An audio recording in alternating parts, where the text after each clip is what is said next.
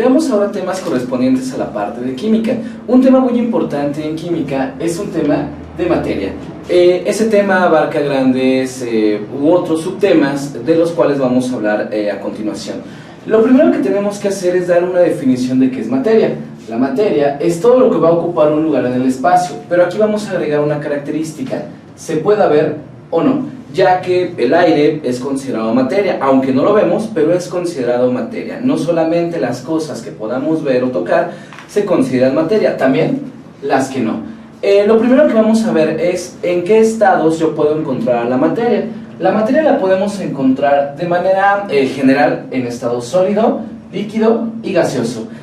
Como puedes ver, estos esquemas son muy similares a los que hicimos en la parte de termodinámica, ya que en la parte de termodinámica ocupamos el acomodo molecular para darle una definición a la palabra temperatura. Aquí los vamos a ocupar porque ese acomodo molecular va a representar ciertas características de cada estado.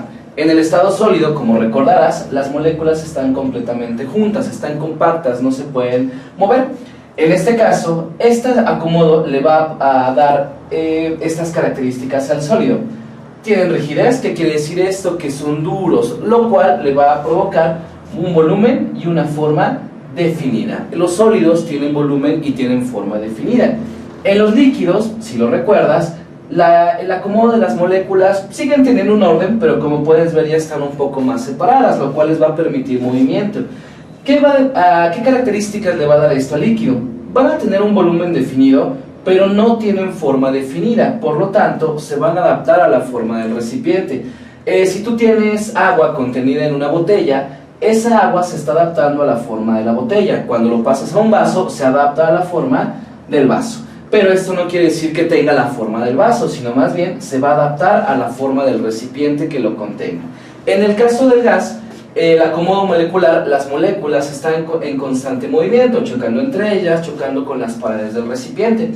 Esto implica que los gases no tienen forma ni volumen definido, entonces van a ocupar todo el espacio del recipiente en donde estén. Imagina que tenemos un globo. Si tú lo llenas con agua, pues el globo solamente, o el agua más bien, va a ocupar un poco del volumen del globo, pero no lo va a ocupar todo. Más sin en cambio ese globo lo inflas con aire, el aire se expande ocupando todo el espacio del recipiente. Como puedes ver, tenemos una característica que los hace distinguir a todos. En el sólido tienen volumen y forma definida.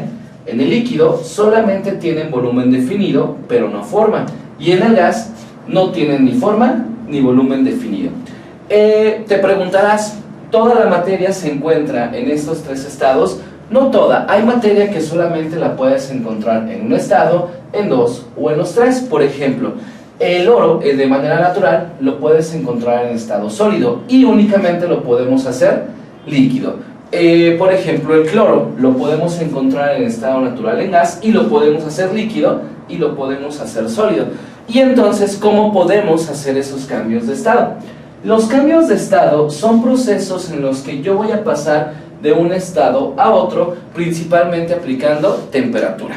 Entonces, ya sea que yo aumente la temperatura o que la disminuya, el estado puede cambiar de sólido a líquido, de líquido a gas o el proceso contrario. Los procesos tienen diversos nombres. Para que los ubiquemos, vamos a verlo así. Yo puedo ir de un estado sólido a un estado líquido mediante un proceso de fusión. Cuando yo fundo un metal, este pasa de sólido a líquido. Ese proceso se le conoce como fusión.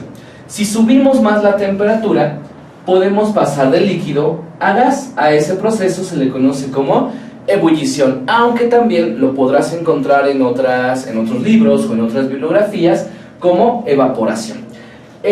Aunque si no queremos hacer esta escala de sólido a líquido y de líquido a gas, podemos pasar de sólido directamente a gas. No todos los materiales lo hacen. Ese proceso directo de sólido a gas es un proceso que se le conoce como sublimación. Por ejemplo, el hielo seco no es un hielo que pase por líquido, inmediatamente del sólido se hace gaseoso. Pero nosotros podemos regresar a estados anteriores por procesos contrarios. Yo puedo pasar de gas a líquido por un proceso que se le conoce como condensación. Si tú lo encuentras con el nombre de licuación en otros libros o bibliografías, es exactamente lo mismo. La condensación es lo mismo que la licuación.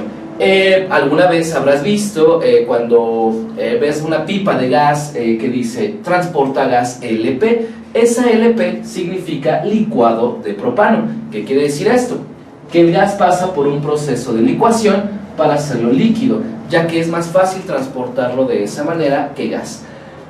El líquido a sólido, el proceso se le conoce como solidificación, y al igual que de aquí para acá, podemos pasar de gas directamente a sólido sin pasar por el líquido, por un proceso que se le conoce como cristalización. Entonces recuerda que para que vayas de un estado a otro, ya sea de sólido a gas o de gas a sólido, tenemos que manipular la temperatura.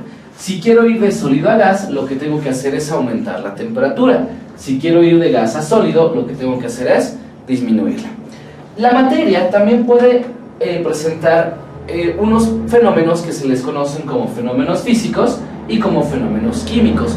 Dependiendo del tipo de afectación que tenga la estructura interna, entonces los vamos a poder clasificar en físicos o en químicos. Los fenómenos físicos no alteran la estructura interna, mientras que los químicos sí afectan la estructura interna. Podrás dar cuenta, ahorita vamos a ver el otro tema de materia, que las definiciones aquí siguen un patrón. ¿A qué me refiero? Si en los fenómenos físicos no se altera la estructura interna, entonces en los químicos va a ser todo lo contrario. ¿Qué quiere decir? Que sí se afecta la estructura interna. Veamos una diferencia. En el caso de los fenómenos físicos, supongamos que tenemos un billete. Si ese billete yo lo rompo, no estoy afectando la estructura interna, de hecho solamente estoy afectando la apariencia física. Puedo agarrar un diurex, pegarlo y dejar el billete como lo tenía anteriormente. ¿Qué quiere decir esto? Que los fenómenos físicos son reversibles. Viendo lo que vimos hace rato, eso implica que los cambios de estado entonces son fenómenos físicos. Si nosotros tenemos un hielo y lo hago líquido, ese hielo líquido o esa agua líquida la puedo volver a congelar, solidificarla para obtener el hielo que tenía antes. En cambio, los fenómenos químicos, ¿qué pasaría si yo quemo ese billete? Si yo quemo ese billete, estoy afectando la estructura interna, estoy llevando a cabo una reacción de combustión y por lo tanto los fenómenos químicos no son reversibles. A continuación veremos ahora cómo se clasifica la materia.